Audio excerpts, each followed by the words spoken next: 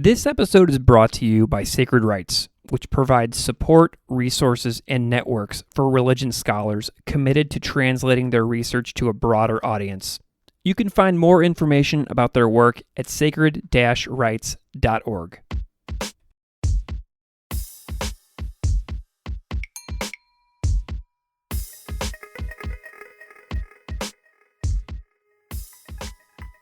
Welcome to Classical Ideas. This is Greg Soden. On this episode, I am delighted to welcome Dr. Michiel van Elk. Michiel van Elk is a researcher and writer in the field of psychology, philosophy, and neuroscience. Having received his PhD at the Donders Institute in the Netherlands, he has worked at several international institutions, including the University of California, Santa Barbara, Stanford University, and the École Polytechnique Fédérale de Lausanne in Switzerland. He is currently an associate professor at Leiden University, where he has conducted pioneering work on psychedelics, altered states of consciousness, feelings of awe, the evolution of religion, and mystical experiences. His work, including more than 100 peer-reviewed scientific articles, book chapters, and books, has been featured by the New York Times, Vice, Lonely Planet, New Scientist, The Daily Beast, and Psychedelic Spotlight. We talk about his work as the principal investigator at the Psychedelic, Religious, Self-Transcendent, and Mystical Lab. Please enjoy my conversation with Dr. Michiel van Elk.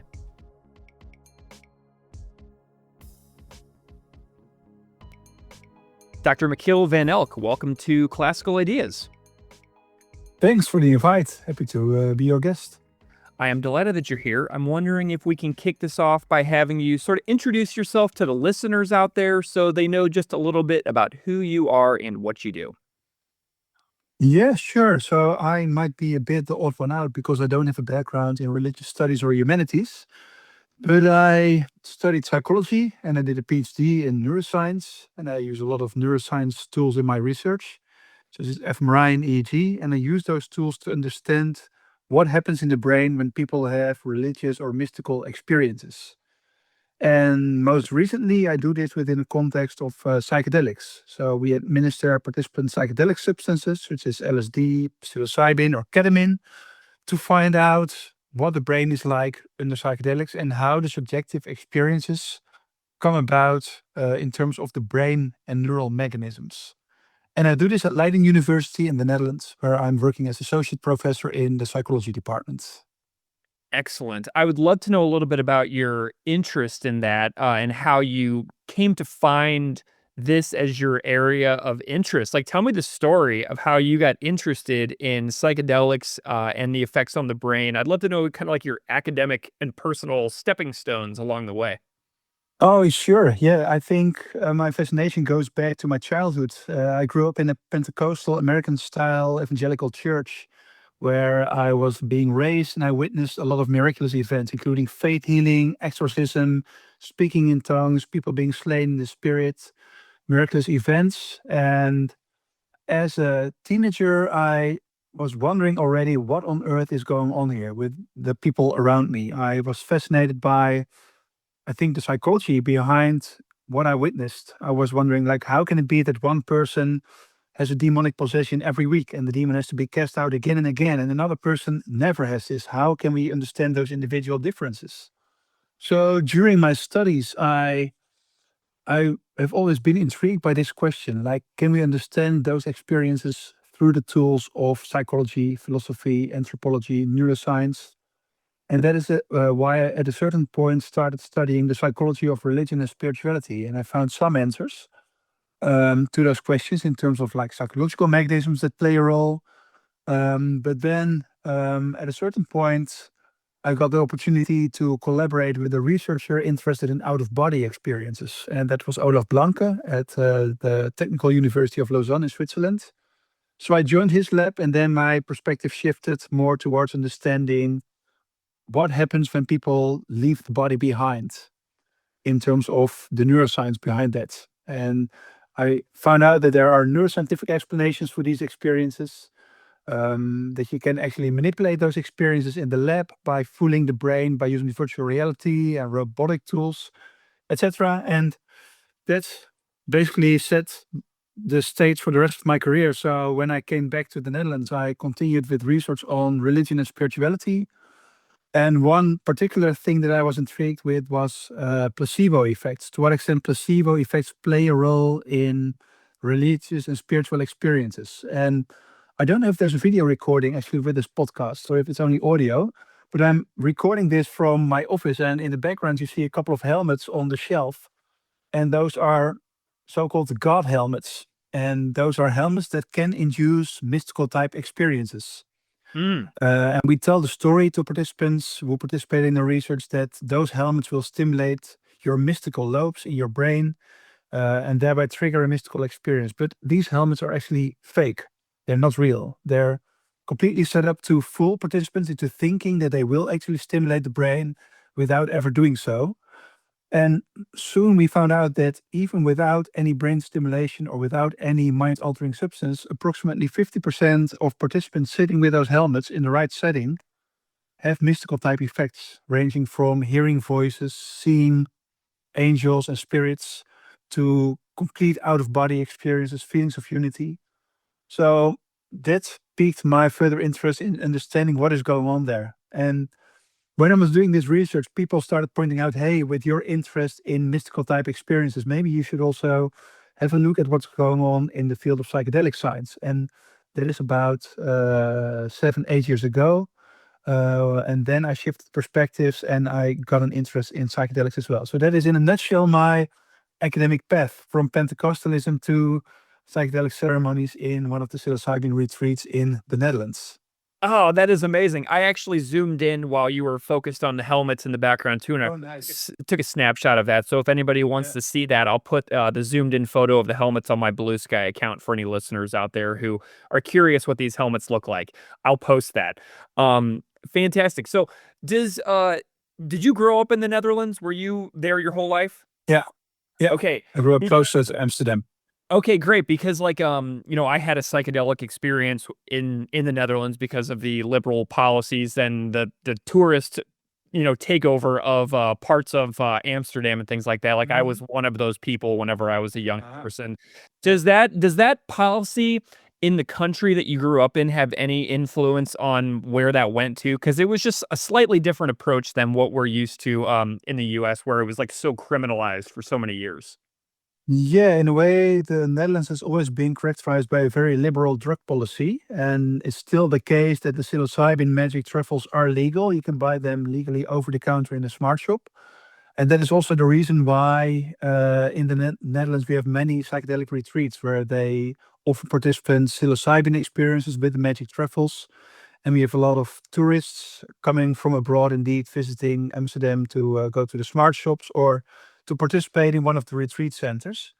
But at the same time, it is completely unregulated. So it's basically a wild west of practitioners offering their services to people.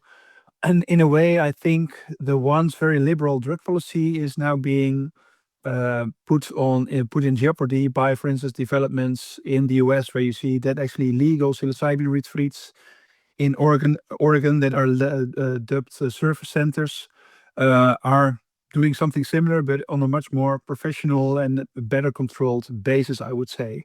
So they use, for instance, the opportunity to collect data on adverse events, on risks, etc. They require at least the training of people offering those retreats, but in the Netherlands, I would say it's still more or less a wild west. And there's also a continuous discussion and concern that because of the very sensitive nature of the topic and of psychedelics, that you only have to have one escalation in terms of risk or one adverse events, and the whole liberal drug policy might be put on hold, and the drugs might no longer be legal. So that is a concern that everyone already has for a long time, and I think it is related to the lack of proper regulation of this. Interesting, interesting. Yeah, just that helps set the stage for me for the local context and to satisfy my own curiosity. Mhm. So, whenever I was looking through some of your work, the term ASC, altered states of consciousness, comes up a lot. Do you just Yeah. want to kind of like describe briefly what that term specifically is within the context of your work? Yeah, it's a difficult to define term because what is altered in an altered state of consciousness, and what is even normal consciousness, right? We drink a cup of coffee, and that has an effect on how we feel. We go to sleep. We dream. uh, are those all altered states? And there's a lot of theoretical discussion in the field on how to demarcate and theorize what altered states are and how you can best measure them. But I would say what they have in common is that they are typically induced through one of different induction methods: the ingestion of a mind altering substance, inducing subjective effects, some sensory exercise that can induce it, such as, for instance, going for an extreme run or exposing your body to extreme cold temperatures. Physiological modulation, such as breathing, can induce altered states, and so on. So I think it is a state that can be induced through different means: exercise, physiology, attention, sensory modulation, pharmacology, that has a certain onset, certain subjective effects, and that also dissipates over time. And indeed, my research is characterized by a strong interest in altered states induced through these different modalities, so ranging from meditation to yoga to psychedelics to something we call stroboscopic flicker light stimulation, where you are exposed to excessive sensory stimulation. And the common factor is that they somehow induce experiences that deviate from ordinary daily perception. Excellent. Your lab is called the Psychedelic, Religious, Self Transcendent, and Mystical Experiences Lab, Mhm. abbreviated as PRSM. I would love to know a little bit about a normal day in your lab when you're doing some studies with participants that you're doing research with. Kind of walk us through what that looks like on a day-to-day basis, for what you're doing on any given day. Because I think this just, is something that so few people are doing that they might not have any idea what's going on in a lab that does this kind of work. Yeah, so it's highly variable and it's never a boring day in the office. So maybe to take an example of today, a group of students that I supervise are currently working in a smart shop in Amsterdam where they sell magic truffles to run a study on people taking those truffles. So we have shipped all the material and equipment to the smart shop. So there's a laptop, there's physiological measurements with stickers that we put on participants' body to measure their heart rate, their breathing, their skin conductance response, how sweaty they are. So that is research on site. So today I've been in contact with them, providing some support. They were missing the login for the laptop that they had to set up. But basically, this is one study that we're currently setting up to look at the naturalistic effects of magic truffles on the body and on subjective experience. At the same time, another student, another PhD student, today has a testing session in the laboratory in Amsterdam. That is a research center with whom we collaborate, where he doses participants with psilocybin, the active ingredient in magic mushrooms, and he puts them in a brain scanner. So, an fMRI machine with a high magnetic field, and participants are in that scanner for 2 hours. And by applying this machinery and heavy computations, you can actually infer what happens in the brain and how, for instance, visual perception is affected by psilocybin. So that's another example, and that is a whole day experience. So people come in, say at 9 o'clock, they fill in some questionnaires, they get the capsules at 10 o'clock. Then you have to wait for 1 hour until the medicine takes effect, and then you have to accompany them to the scanner, all types of safety procedures, connect them to the alarm signal, physiological devices, and then you put them in the scanner. When they come out, they get a short break. Then we have a couple of experimental tasks where we put participants under the influence behind the laptop, where they have to do, I would say, quite repetitive and boring tests by repeatedly pressing a button in response to a visual stimulus or to a sound or to a touch that is applied to their body to find out how their responses and how their cognitive processes are affected by psilocybin. And then after a long and winding day, they get a lunch and they go out together with the researcher to reflect on their experience and they're sent home if they're safe to go home. So Amazing. yeah, that's just another day in the office. Amazing. Well, and I just, I'm a religion nerd, as you know, and I got to bring up a term you just said. You just said the medicine, right? And whenever I've studied ayahuasca a little bit on this show, Mm. it's always referred to as the medicine. Can you talk to me a little Yeah, bit about that terminology and kind of where that comes from? it's actually interesting. I was also aware the moment I pronounced medicine that this is quite a specific phrasing of the Yeah. substance. Because there are many different ways in which it is referred to, and typically within the context of the research that we do, you would say it's the substance or it's the drug. But I think an equally valid term would be medicine. And indeed, you see that in more religious and spiritual context, people talk a lot about medicines. Ayahuasca as a medicine for healing. Also, psilocybin, that is a medicine that can be administered in retreat settings. And yeah, in a way, I think that phrasing makes sense, especially in religious and spiritual settings where the aim is really to develop yourself, to spiritually develop yourself, to gain new insights. Many people who use these substances have a specific intention for doing so, and that's often related to dealing with trauma, dealing with depression, dealing with addiction. And in that context, it is used as a medicine. And I think that terminology has now also been taken over by the mainstream psychedelic research that we see these days, that is very much focused on trying to commodify these substances, but at the same time also using them as a medicine to cure people. So most of the clinical trials are focused on finding out if psilocybin is effective for depression, for anxiety, for addiction, etc. So you see that the terminology is taken over also in science more and more. Yeah. Oh, that's so interesting. Let's keep that religion thread going for just a second. Can you briefly tell me, like, about a meditation study that you've done and, like, how psychedelics are used in a meditation study? Because, just something that's, largely associated with religion, just to kind of pluck into the niche of this show just a tiny bit. I'm not sure if we've done a meditation study proper. Oh, really? So we did pilot studies on yoga and chakra meditations, but I wouldn't say that we've ever finished one of those studies. That's fine. So Well, we yeah, have some yeah. studies in the preparation, but it's not something we have finished yet. So I find it difficult to describe that in more detail. Oh, that's fine. That's maybe a future area of study that the lab can Yeah. go in. Um, Okay, so what do you hope that people, come to embrace about this field of research? Because, like, here in the U.S., we have such different views, in so many ways on stuff like psychedelics. What are some things that you would encourage people around the world to open their minds on a little bit about the power of doing this kind of research? Yeah, I think there's a lot of current research on, as I said, the therapeutic effects of psychedelics. So most of the current attention goes. Sorry, you have to. So as said, there's a lot of attention to the therapeutic effects of psychedelics. So research focuses mostly on finding out if these substances can be used for all these therapeutic applications. And I've written quite critical reviews on the problems with that type of research because the research suffers from a lot of methodological issues.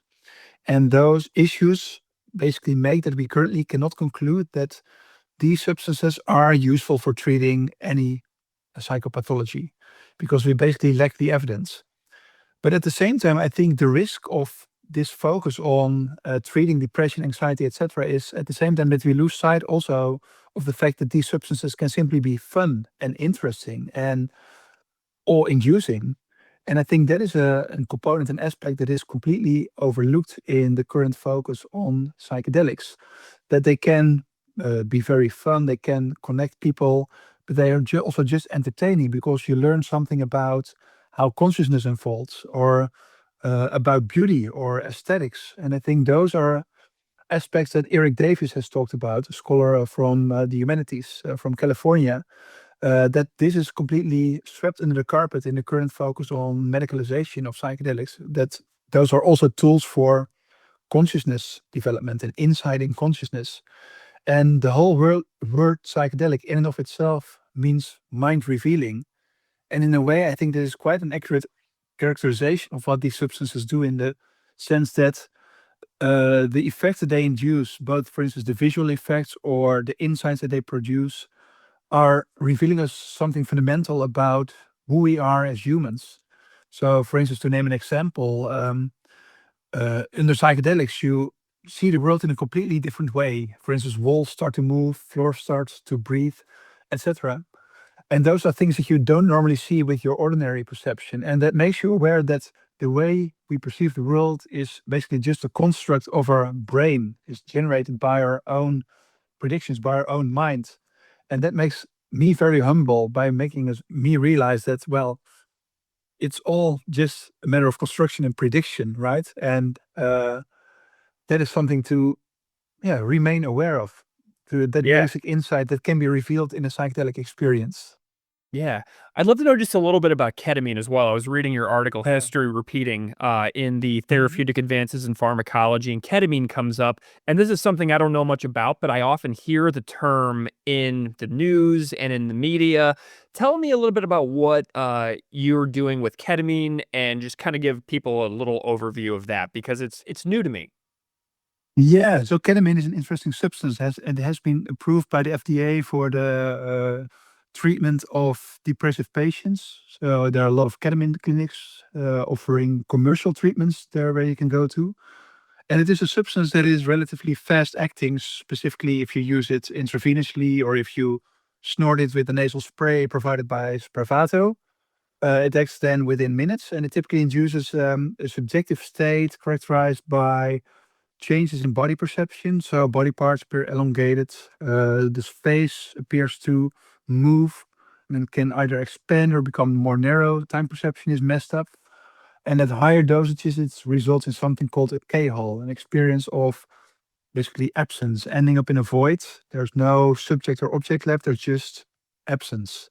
And that is an interesting and fascinating experience.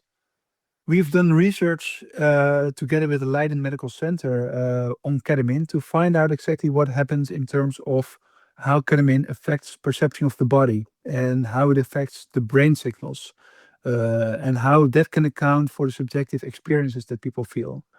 So we did this, for instance, together with a so-called rubber hand illusion. And this is an illusion where you test to what extent people feel illusory ownership over a fake hand.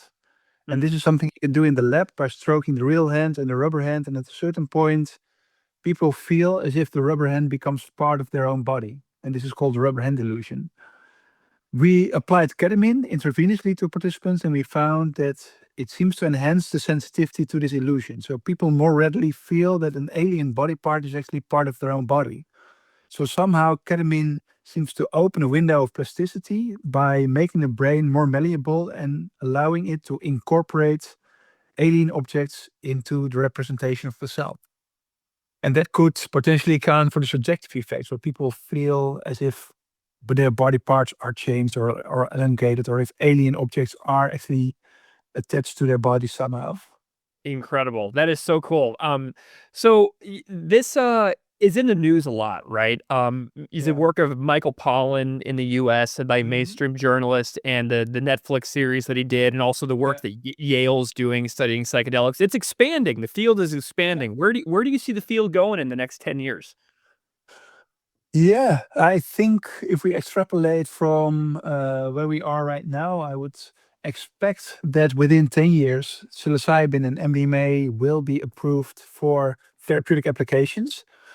So, based on the most recent clinical data, it is currently being argued that psilocybin is quite close to being ready for approval and being ready to be submitted to the FDA for approval. At the same time, I also see that in the field there's a lot of concern about the regulatory system. So the FDA approves medicines, but it doesn't approve therapy. Hmm. And the challenge that we currently face is that the system is not really set up for approving psychedelic assisted therapy. We saw that with rejection for MDMA therapy in 2024. Then it was argued it is not really clear what the therapy component actually adds to the MDMA. And in response, currently in the field, we see an increased movement towards reducing the therapy component and increasing the psychedelic component. So companies try to market these substances as standalone interventions that in and of themselves are enough to induce therapeutic change. So a famous quote from a CEO from a psychedelic company says, well, you don't need any therapist, a cleaning lady could do it. You just give the psilocybin and that is enough. Hmm. And I think this is where the field is currently moving to get approval for these substances in and of themselves. And we see an increased movement towards applying high doses of these substances to induce breakthrough experience, a so-called mystical experience that is supposedly beneficial. But my concern is that without therapy, the effects will not be durable. So these are the steps that are logical in terms of cost efficiency, regulatory approval. But at the same time, the data is showing that if you only rely on the peak experience, the effects are probably going to be ephemeral and fade over time. But my hope is that once we have approval for those substances, that again, these will be used by therapists, by psychiatrists to expand their toolkit, to integrate them in a long-term program of interventions and not as standalone therapies, because that is going to fail. Excellent. Well, Michiel, I know that you have been doing some work a little bit with sacred rights too to, talk about public scholarship. Tell me about why you want to do that. Why do you want to be more involved in like the public facing discussions around the topics that you research? I think simply because I really enjoy sharing knowledge and talking about information in a way that is accessible to a broader audience. Yeah. So I've already done this from the end of my PhD. I was approached, I was doing research on the baby brain, what happens in the brain of young children and infants when they look at other people. I was approached at that time by a publisher to write a book on the baby brain in Dutch. And I discussed it at the time with my supervisor, and he said, "Well, if you have time to write a book, why wouldn't you write another scientific article?" And then I said, "Well, I actually would like to write a public book because it is a more creative process, and I actually like to share the knowledge with a broader audience." So, over the past 10 or 15 years, I've done this repeatedly within my own country, and I've shared knowledge on religion, ecstatic experiences, the baby brain, psychedelics. And I thought it was now time to actually try to make the next step to actually see if I could also do the same in English and to an English speaking community. And that is a challenge because it's, of course, a different language and there's the language barrier, and there's an even bigger competition than within the Netherlands of people who can talk about the same issues, maybe even better than me. But I would like to take up this challenge. And also, the religious borrowing project of Sacred Rights provides me with a unique perspective because they bring in the complementary expertise on the topic of religious studies.